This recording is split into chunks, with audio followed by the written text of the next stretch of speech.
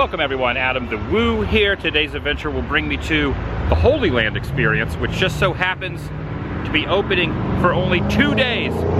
As of the recording of this, it is Wednesday, April 28, 2021. They have been closed for over about a year, and I have heard that after these 2 days that are absolutely free to any guests that get here. It's 8 a.m. Gates open at 10. You can see there's already a large congregation of people lining up here along this thoroughfare. They're going to be closed again indefinitely. So I had to check this out. I'm inviting you to join me. Shall you? Wasn't an overload of promotion for this, and I'm really glad that I heard about it. Once I did, I made my plans, decided to document this occasion. I'm also going to be wearing my facial covering and my hat. That was a loud motorcycle. And due to the amount of vehicles here, an officer has arrived, and now the officer is leaving for one reason or another. Okay, the line of vehicles is now moving. You can see it stretches. Well, it doesn't stretch too far. I was about the 12th person in line of the cars. Morning. Morning. All right, it says parking, enter here. Oh yeah, this is gonna be good. I was by here on Easter Sunday thinking it would be open. How appropriate that the sun is there. I was here on Easter Sunday thinking it would be open, and it wasn't. And I thought that they were never gonna reopen. But they fooled me. They're back. They're back for 2 days. Now the reason I got here at this hour, an hour and 53 minutes before the park opens, as you can see, there are some, I think these are Centurions over here, is because anytime it is a free day, there's always going to be quite a few more folks showing up. And due to the current circumstances, they are limiting capacity, and I want to make sure I get in. I don't want to miss this. I could be overthinking it a bit. You know, still prior to 2 hours before, parking lot's not that full. And the ticket booth is not necessary. No one at the ticket booth because you don't need tickets. And usually you would walk in from this direction, but they are rerouting everyone to another section around the side.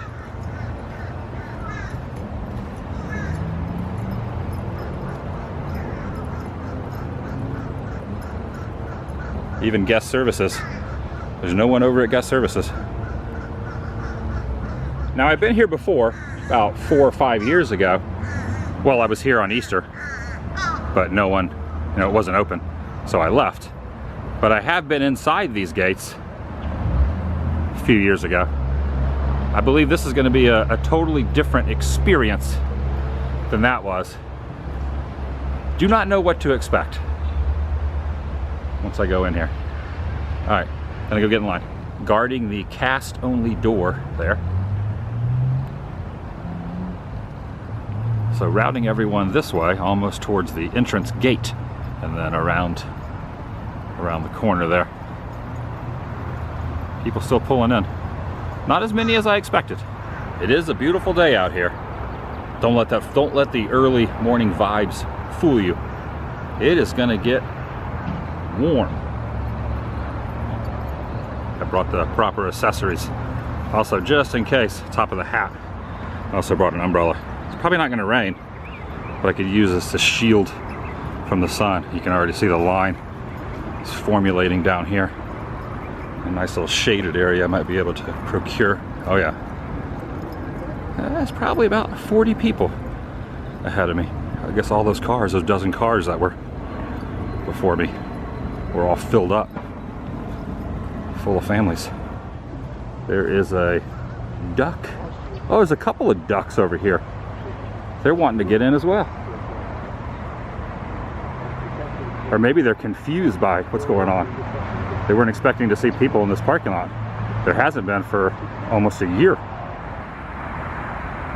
You have to really wonder why only 2 days. I've heard some rumors. I've never had any confirmation on why they're only open these 2 days and then shutting down again. Closed for a year, open 2 days, and then closed again indefinitely. That's the rumor.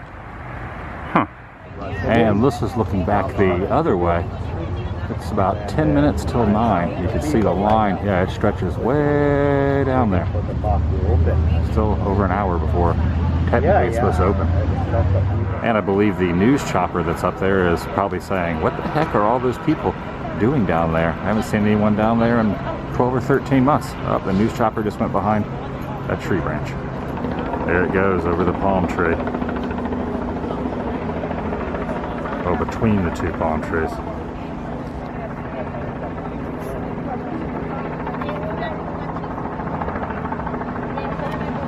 Everyone has now found a curb to sit upon. Seems to be par for the course. Find a curb and take a seat. Well, about half people have been doing that, including me for a few occasions. I'm kind of up and down, up and down. Just overhearing some conversations with some of the workers. They said there are going to be 2 exhibits inside, and they're only going to let 50 people into each exhibit at a time. I don't know if it's 50 people into the theme park or 50 people into each exhibit. Just going to have to wait and see.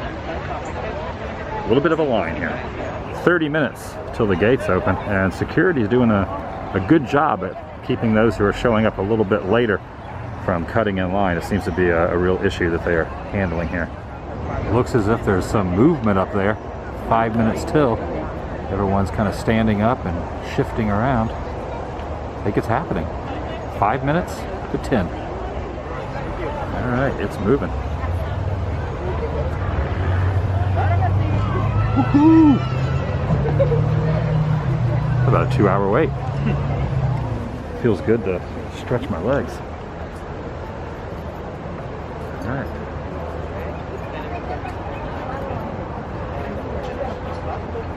And just like that, the line has now stopped again. They must have let the first 50 in. I brought my umbrella out now because now I'm not in the shade, I'm in the sun. Just waiting again. I do find this kind of interesting. I've been held up here for a while. You can only have a very, very small 50 people inside, but yet the line out here is, I don't know, 400 or 500 people. Good thing I got here early when I did, and I have this, shielding myself from the sun. Because I don't know if the people at the end of the line are even going to get in. They might, but it'll take a while. They're going down the line explaining what the situation is. Yeah, if I'm doing the math on this, say there's 500 people here, only letting 50 in at a time. Gosh, there might be more than 500 people here. I mean, I was pretty close to the front, and I didn't even make it into the first group. I'm waiting here like another 20 minutes. All right. Whoa, whoa. Oh my goodness,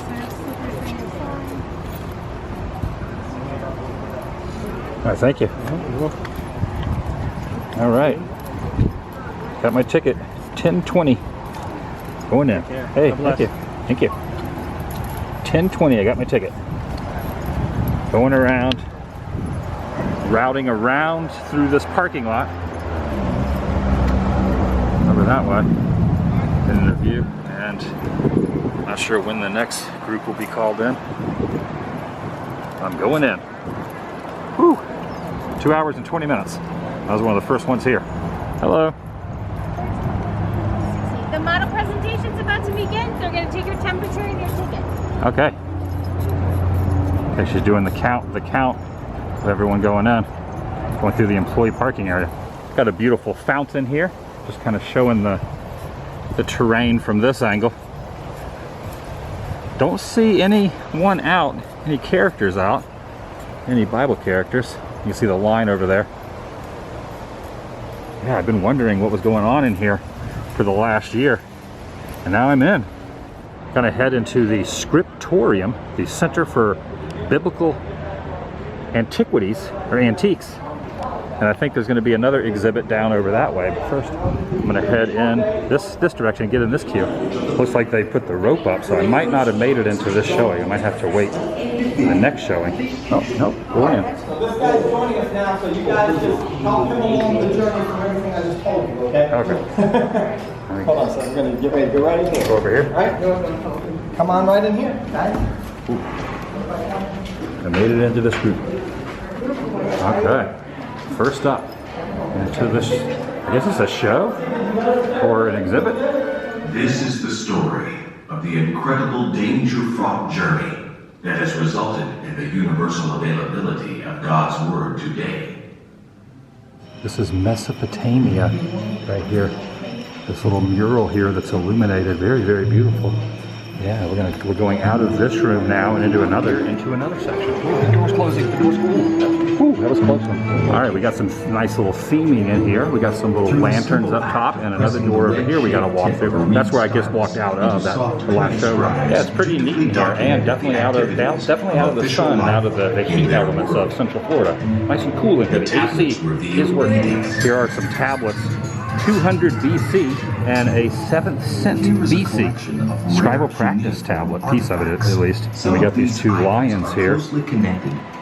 And here we go. We got this is a prism and Nebuchadnezzar's cylinder as well.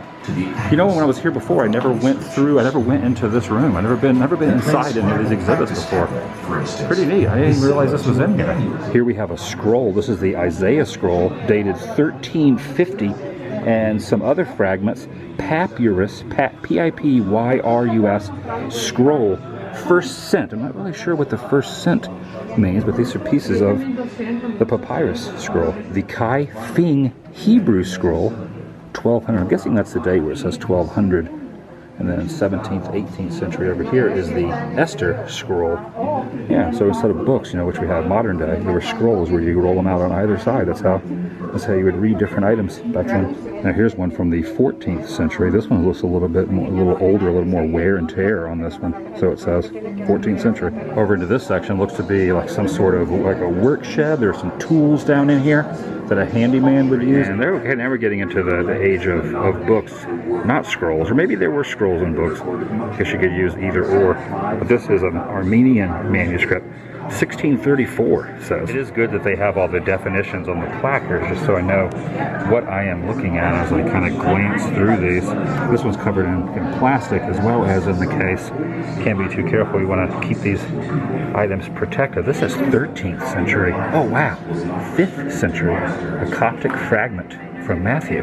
Might be tough to see because it's kind of dark in here, but this is a drawing table over here in this corner. There's a little bit of light being illuminated through this window, and that feather is just kind of moving around in the breeze from the air conditioner. The feather is just moving. I had no idea they would have animatronics in here. I am very impressed. Yes, the stories you have heard are true.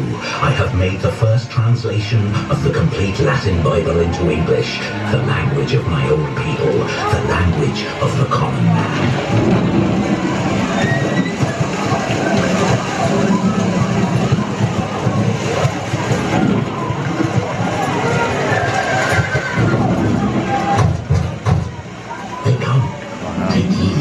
So the people of England may read the word of God in their own tongue. Teach them that in Christ alone and in his law they should trust. Leave now through the fireplace. Go, and may God watch over you. Through the fireplace? Alright, Wycliffe, what are you writing down there? Give me a little spoiler, little teaser. Okay, this must be the fireplace. Going through the fireplace, going out of this room as well. Well, this is really neat. I did not realize. Okay, this must be the fireplace because here's all the items that you use for a fireplace right down there. So yeah, this is the fireplace. Like a secret door through the fireplace.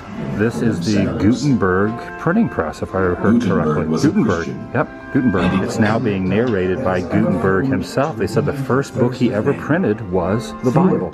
Really do give a good rundown of the history and the timeline of the different Bibles. And there are a lot of different displays with all the different versions of the Bible. All right, now moving out of that room and into the next room. Oh my goodness, now there's a little bit of damage in here with this window, and check out the printing press has been destroyed. Some did not like what was happening. You can see some, it's like lightning in here, so you can see some of the transcripts up there.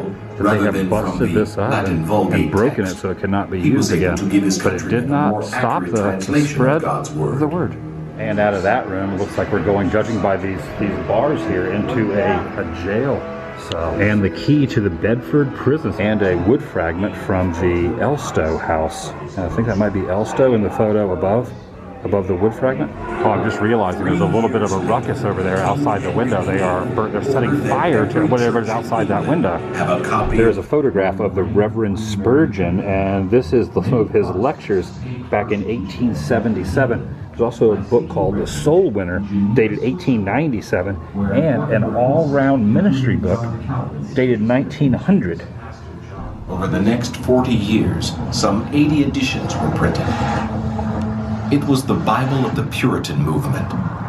Historians believe that the Pilgrims, in their pursuit of religious freedom, carried Geneva Bibles to the New World aboard the Mayflower colony, a colony founded on the ideal of religious freedom.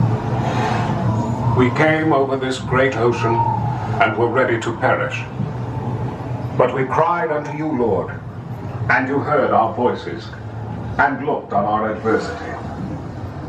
Let us therefore praise you, Lord, because you are good, and your mercies endure forever.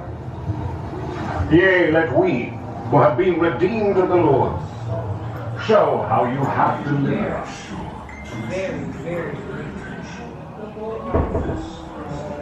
Now this is a very traditional church service congregation hall. Well, a church sanctuary you would call it. There they are, all 10. The 10 Commandments have now been inscribed up there on this tablet.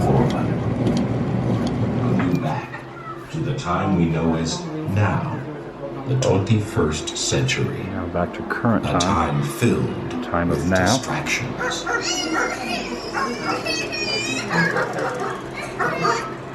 Because of the unceasing efforts and personal sacrifice, with all of these distractions, it is far too easy to take this priceless gift for granted. What are you doing with the Word of God in your world today?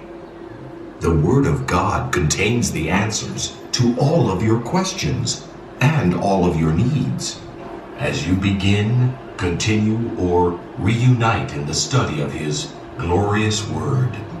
And exiting through gift shop here, a couple different items. You can get a Centurion headwear for $12.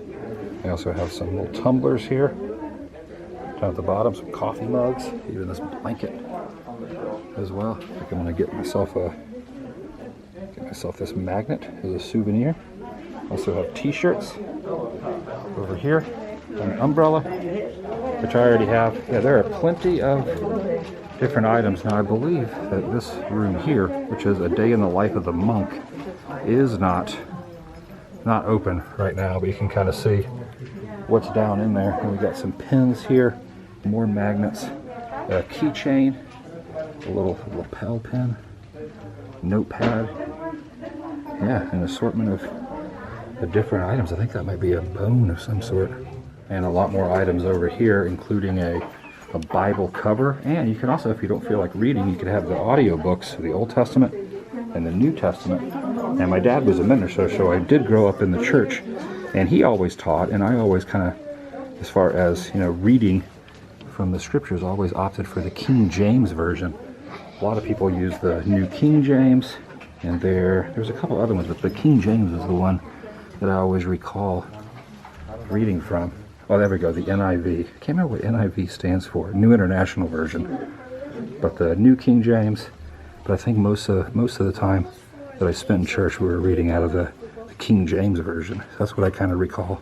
There's some rocks down there. It says Bread of Life, the Good Shepherd, and the Day in the Life of the Monk. Yeah, it's not open, but this is kind of what it looks like in here. I guess the monks are sleeping, but a lot of the shows are not happening. There's just two exhibits, the scriptorium and the model that they were saying. I was just overheard the employee in the gift shop. Out of the gift shop called Ex Libre bookshop and gift shop, I got my magnet in here. Showed it to you a moment ago, but this is a little bag. I wonder if how the line is looking over there. I can kind of hear some people.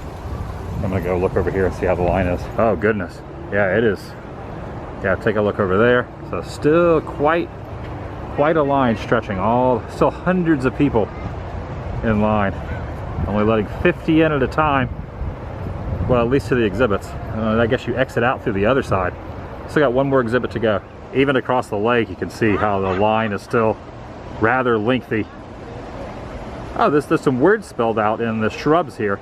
We'll go to the other side and see what this says. You can see the topiaries here spell something out. Also, something bubbling up from the lagoon. A couple different spots. There, another second bubbling up, and a third bubbling up. Oh, there goes a, that's not a dove, it's a bird. I think it says he is risen. Now, even with that line out there, and everyone's gonna have to wait a very long time, plenty of elbow room in here. Don't know the reasoning on why. Just didn't let everyone in, keeping their distance, and only each attraction you have to let, you know, queue up for. Because there's definitely plenty of room through here at the moment. Once again, very thankful I got here when I did, very early.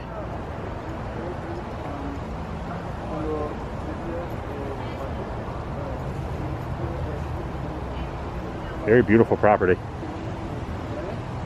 I'm also interested to see how much of the premises I can walk around through and see. And I believe this is my answer. It's all stanchioned off into the area I wanted to go over to, or towards the tomb and the rock that was rolled away. Cannot get to any of that, the amphitheater.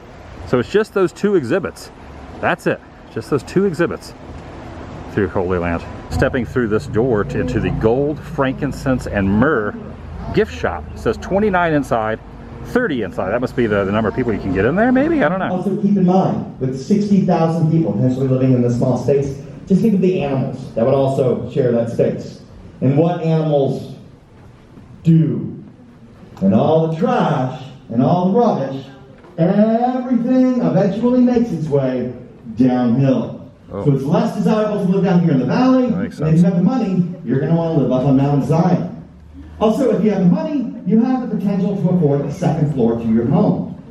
Building materials were not cheap in this very arid region, so we're going to look up here for two-story homes. Okay, he's pointing out. He's using the pointer. One, the upper room. And our model, that right there is our upper room. Thank you very much. Oh, look at the shepherd there. The shepherd there with their sheep. The model makers made that to represent Yeshua and his 12 disciples. In reality, though, the upper room was much bigger. Yeshua will have the Last Supper. That last Passover Eve with Got the this mural disciples here there painted. inside the upper room. After he's They do have these crucified, markings, his which I haven't seen disciples anyone and on, his followers but they do will have the all markings, at least in flock here. to the upper room to figure out what had happened, what to do next. Doubting Thomas will touch the wounds in Jesus' hands and side there in the upper room. Pentecost will happen at the upper room. In fact, James, the brother of Jesus, will continue his brother's ministry there inside that building. Back then, the upper room is known as the synagogue for the followers of Yeshua. And it will serve as basically one of the first few church buildings until, of course, it too was destroyed by Rome in AD 70. Now, finally moving downhill here to the Thyripian Valley. By the way, Thyripian or Tyropian means cheesemaker, so we know the Israelites had their priorities in the right place. Blessed are the cheesemakers. Now, 60,000 people potentially live down here. Yeah, you didn't want to live in the valley. And you'll notice people all on their roofs, all through this model. You can see them doing laundry, you can see them cooking, you can see them cleaning, doing all that stuff on your roof. The other thing you would do is have your family meals on your roof. So the whole family would get up on the roof and dine together. And if you had news, you could casually lean over and share that news with your neighbors and their entire families dining next door. But if you had really good news, you would shout that good news from your rooftop. That's why Yeshua tells us to shout the good news of the gospel from our rooftops. I don't suggest that any of you all go home, climb up on your roof and start shouting things because someone's going to call the cops. But be that example of Christ's love, acceptance, understanding, and forgiveness. Live that out loud every day of your life. Hope you all enjoyed the tour. I will stick around for a few questions if you got them. And I hope you are blessed by everything you see and experience today. Shalom. Shalom. Question? Yes, you're welcome. Oh, no, I'm just grateful. Oh, thank you. You're welcome, of course. Thank you. You're welcome. In Jerusalem, they are almost essentially next door neighbors. Any other questions?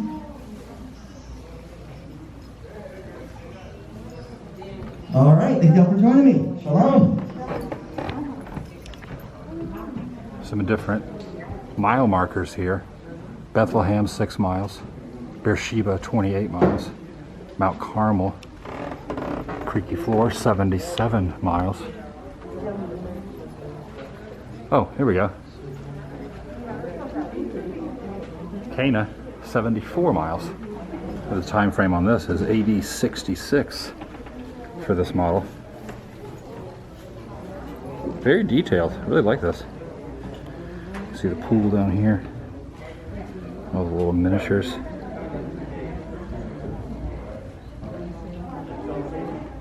Very informative.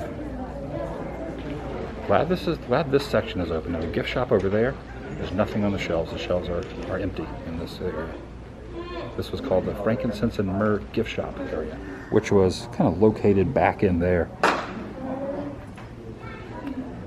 No telling after these 2 days, notice today, as a recording of this, and tomorrow will be the second day, if or when this will open again until next year for the 2 days.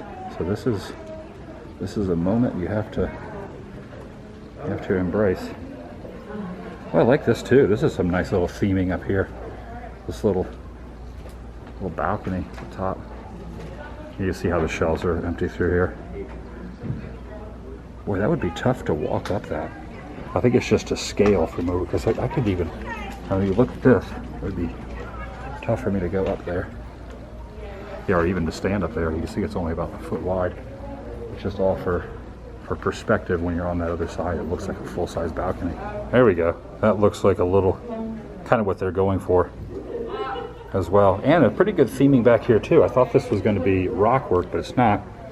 It's styrofoam. I kind of like, my hat hit against it and I realized, very good illusion here to make it look like rocks and mortar and brick.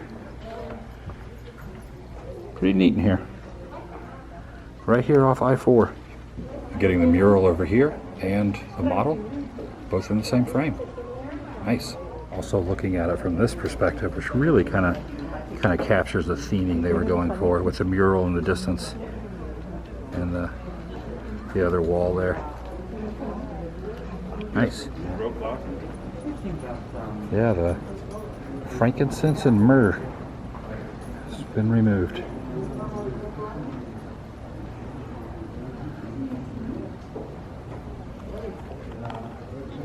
This is still here though, which is pretty awesome. He is risen. That's what it says. Still showing quite a line over there as well. Way more people out in line than there are in here, by a long shot. They're all looking at me, saying, "How'd that guy get in there?" I really do wish you could go back in here. I really do wish the whole area was open. Not only do they have these little stanchions as well, but they have a little metal rope going across, just so no one will get confused that this is the exit. But I would like to go over into that area. Hopefully one day it will reopen and go over to where the rock was rolled away. And you know, none of the food stands are open, no food, just the one gift shop, the model, and the scriptorium. That is the extent. Oh, a few more people are coming. They let more people in now. Well, it seems to be, or everyone's just kind of ending up over here. Those are the two exhibits at Holy Land, the Holy Land experience.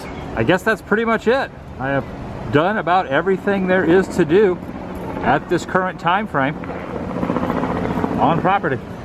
Up, another news helicopter, probably getting some angles of that line down below, because it is quite a line indeed. I made it in. Just gotta find the exit, head out. One last look at the scriptorium over there, and along this pathway is the exit. It's not, you don't even go through the main entrance and the main exit anymore. You go through this little side one as well, and back out through this parking lot and around the way I entered in. You can see they're letting no one else in. This is the way I walked in. They're still not queuing anyone else up to go in. I'm gonna walk past the line and just see how many people are standing out there on the road, attempting, waiting to get in. Like I said, it's a very big test in patience, which I guess kind of fits in with it. You got to have patience. the look of joy on everyone's face when I turn this corner, because it means that someone else can go in. I'm gonna give my slot to someone else. Oh yeah, indeed still is a lengthy procession of people. Back to where I originally started was looking this way, and I was kind of over underneath that tree right there. Yeah, I'm all done. How was it? It was good. There was 2 exhibits. They were good. Boy, all those copters still going by. Everyone either taking a seat or waiting their turn, waiting patiently. And now peeking back into where I just was.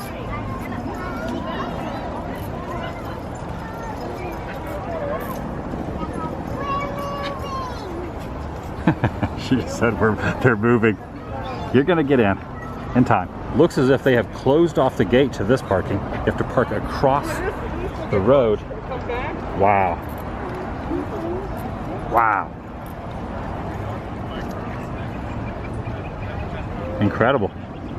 There is a demand. I think that after the 2 free days, they should probably just reopen. People want in here. People want to do stuff. Gosh, how far does this stretch?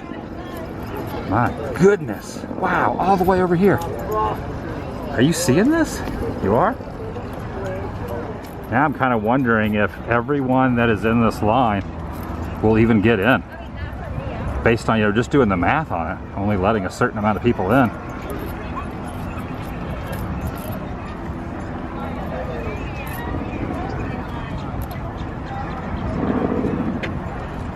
I'm gonna go walk over to see the tomb.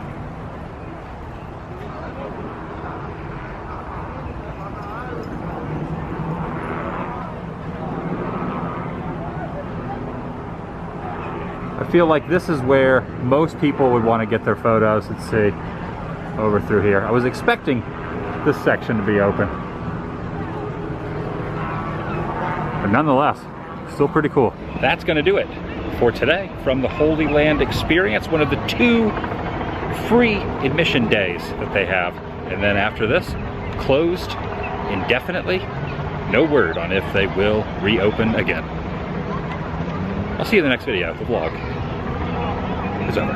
All right, I can't stop yet. I gotta see where the end of the line is. Follow it around. See where it ends.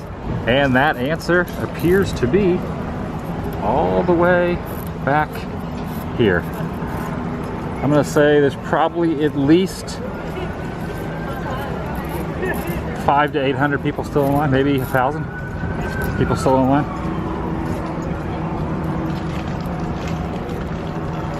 But you know what? I could go up top of there, that overpass, take a look.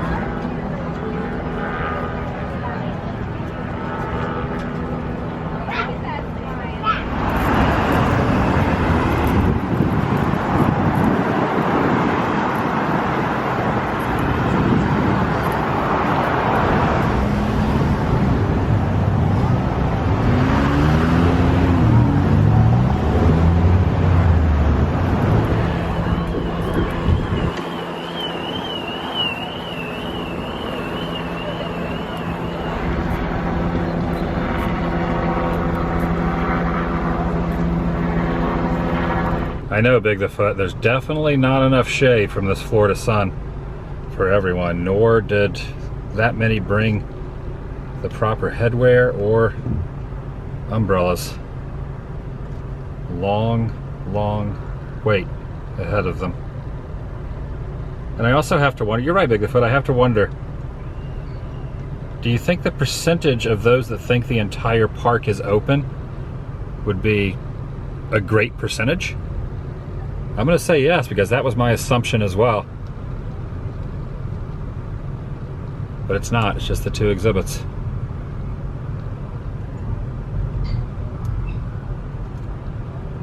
We did it though. Getting here early. How's it going? Getting here early was the winning combo. They say the early bird gets the worm. In this case, the early bird goes to Holy Land.